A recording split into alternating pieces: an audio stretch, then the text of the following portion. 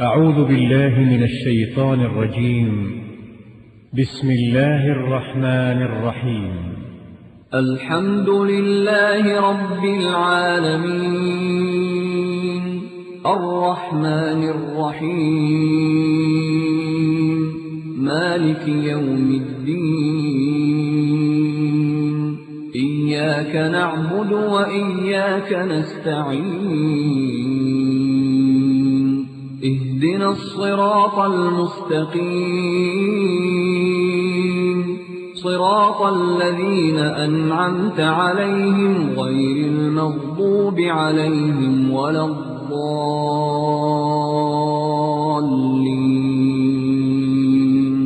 بسم الله الرحمن الرحيم. ألف لام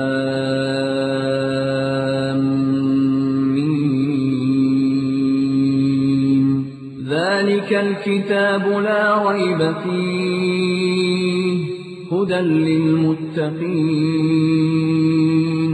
الذين يؤمنون بالغيب ويقيمون الصلاة ومما رزقناهم ينفقون. السلام عليكم ورحمة الله وبركاته. الحمد لله نحمده ونستعينه ونستغفره ونؤمن به ونتوكل عليه ونعوذ بالله من شرور أنفسنا ومن سيئات أعمالنا من يهده الله فلا مضل له ومن يضلل فلا هادي له وأشهد أن لا إله إلا الله وأشهد أن محمدا عبده ورسوله. أما بعد فإن خير الحديث كتاب الله وخير الهدي هدي محمد صلى الله عليه وسلم وشر الأمور محدثاتها وكل محدثة بدعة وكل بدعة ضلالة وكل ضلالة في النار. قال الله تبارك وتعالى في كلامه المجيد: أعوذ بالله السميع العليم من الشيطان الرجيم. بسم الله الرحمن الرحيم. يا أيها الذين آمنوا اتقوا الله حق تقاته ولا تموتن إلا وأنتم مسلمون واعتصموا بحبل الله جميعا ولا تفرقوا. وقال تعالى: قل هل ننبئكم بالأخسرين أعمالا الذين ضل سعيهم في الحياة الدنيا وهم يحسبون أنهم يحسنون صنعا. اللهم صل على محمد وعلى آل محمد كما صليت على إبراهيم وعلى آل إبراهيم إنك حميد مجيد. اللهم بارك على محمد وعلى آل محمد كما باركت على إبراهيم وعلى آل إبراهيم إنك حميد مجيد. تمام قسم کی حمد و ثنا کبریائی اور بڑائی اس اللہ عز و جل کے لیے لائق و زیبہ ہے جس نے ہمیں اور آپ کو پیدا فرمایا، اور بیش بہا درود و سلام اس ذات مبارکہ مطہرہ پر جن کا نام نامی اسم گرامی احمد مجتبی محمد مصطفیٰ صلی اللہ علیہ وسلم ہے۔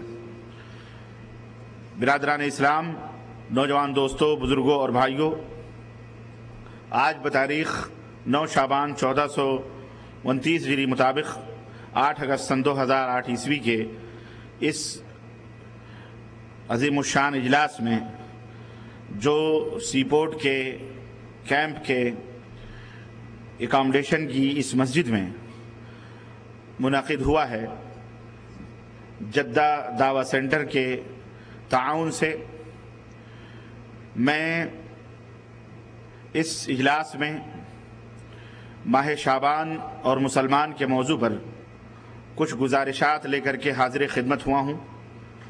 اللہ عز و جل سے دعا ہے کہ اللہ تبارک و تعالی ہمیں کہنے اور سننے سے زیادہ عمل کی توفیق عطا فرمائے، آمین یا رب العالمین۔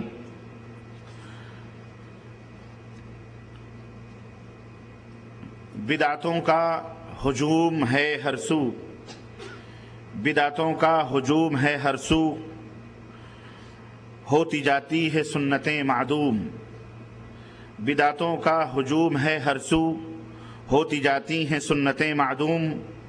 سنیوں نے بھلایا سنت کو، سنیوں نے بھلایا سنت کو، ہے فروغ اب ہر ایک بدعت کو، ہے فروغ اب ہر ایک بدعت کو۔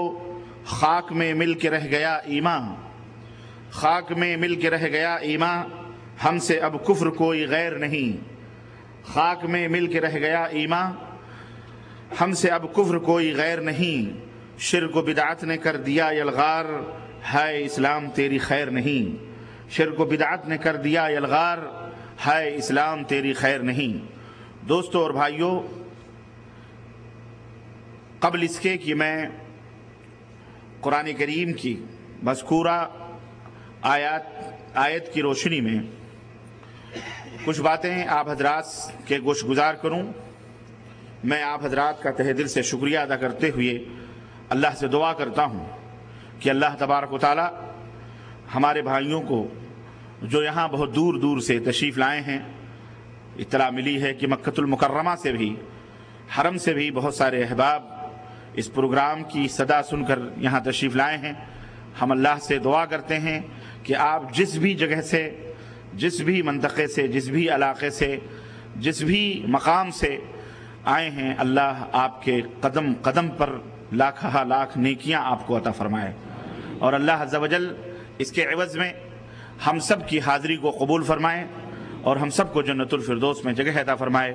اور جس طرح یہاں ہم اکٹھا ہو کر کے بیٹھے ہیں، اللہ جنت میں بھی، جنت الفردوس میں بھی اسی طرح جمع ہونے کی توفیق عطا فرمائے، آمین یا رب العالمین۔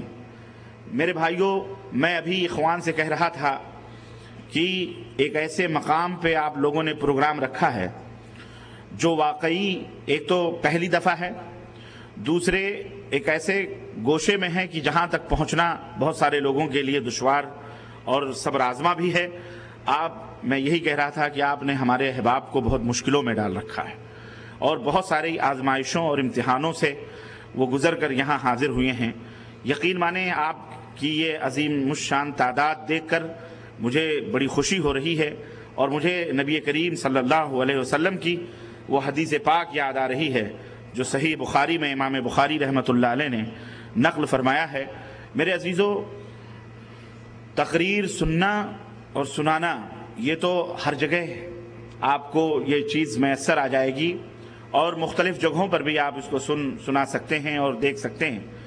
مقصد جہاں اپنی اصلاح ہے یا جہاں پر علم حاصل کرنا ہے وہ تو اپنی جگہ ہے ہی ہے، ایک بڑا عظیم مقصد اس حدیث پاک میں بیان کیا گیا ہے، جسے نبی کریم صلی اللہ علیہ وسلم نے بطور خوشخبری اپنی امت کے لیے بیان کیا ہے۔ حدیث تو بہت لمبی ہے، لیکن میں اس کا اختصار سے اس کا مفہوم آپ کے ذہن میں بٹھانا چاہ رہا ہوں کہ نبی کریم صلی اللہ علیہ وسلم فرماتے ہیں کہ جہاں کہیں بھی اللہ کے ذکر کا اجتماع ہوتا ہے اور لوگ اللہ کو یاد کرنے کے لیے اکٹھا ہوتے ہیں، ایک حدیث پاک تو یہ ہے کہ ایسے لوگوں پر، ایسے مقامات پر فرشتوں کا بھی اجتماع ہوتا ہے۔ نمبر ایک، فرشتے، رحمت کے فرشتے ایسی محفل پر سایہ فگن ہوتے ہیں اور اہل محفل کے لیے دعائے مغفرت کرتے ہیں، اور ایک پکارنے والا کہتا ہے جب مجلس ختم ہوتی ہے کہ اے مشارکین مجلس، اے شرکت کرنے والوں، پلٹ جاؤ اپنے گھروں کی طرف، اللہ نے تمہارے گناہوں کو معاف فرما دیا ہے۔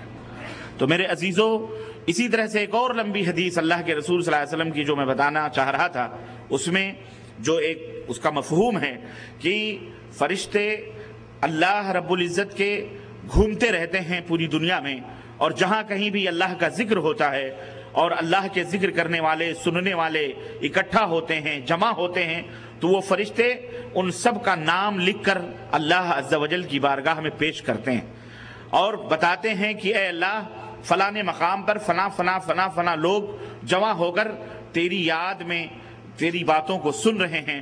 اللہ رب العزت ان سے سوال کرتا ہے، اے میرے فرشتوں یہ بتاؤ، جبکہ اللہ عالم الغیب والشہادہ ہے، جبکہ اللہ رب العزت ہر چیز کو جانتا ہے، لیکن یہ بیان کرنے کے لیے، آپ کی معلومات کے لیے بھی نبی کریم صلی اللہ علیہ وسلم نے یہ بات بیان فرمائی کہ اللہ پوچھتا ہے کہ وہ کیوں اکٹھا ہوئے ہیں؟ فرشتے کہتے ہیں تیری محبت میں۔ تو اللہ پوچھتا ہے، میرے فرشتوں یہ بتاؤ وہ مجھ سے کیا چاہتے ہیں؟ وہ مجھ سے کیا چاہتے ہیں؟ تو فرشتے کہتے ہیں، اے اللہ، وہ تجھ سے جنت کے طلبگار ہیں، اے اللہ وہ تجھ سے جنت کے طلبگار ہیں۔ فرشتے اللہ پوچھتا ہے پھر اور کیا چاہتے ہیں؟ تو اللہ رب العزت پوچھتا ہے کہ یہ بتاؤ کیا انہوں نے جنت دیکھی ہے؟ تو فرشتے کہتے ہیں جنت تو انہوں نے نہیں دیکھی۔ اللہ فرماتا ہے اور اگر وہ جنت کو دیکھ لیں تو فرشتے کہتے ہیں اگر وہ جنت کو دیکھ لیں تو اے اللہ تجھ سے اور محبت کریں اور تجھ سے دعائیں کریں۔ پھر اللہ پوچھتا ہے اور کیا ان کی